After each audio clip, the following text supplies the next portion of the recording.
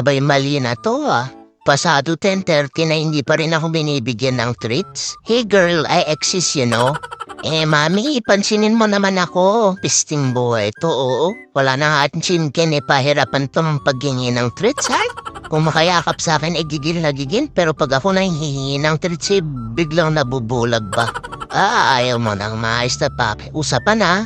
Pag uwi ni Daddy, isusumbong kita kasi ang dami-dami mong lalaki. Sa dalas nilang nagpupunta dito, memoryado ko na yung mga pangalan, Sila Shopee, Lazada, JNT, tapos si Flash.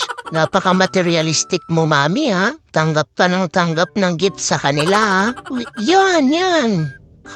Gusto mo palang pagbabantaan ka muna bago ka bumigay?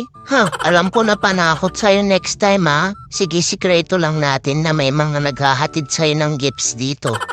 Bango-bango talaga nung dessert. Sige, bati na ulit tayo.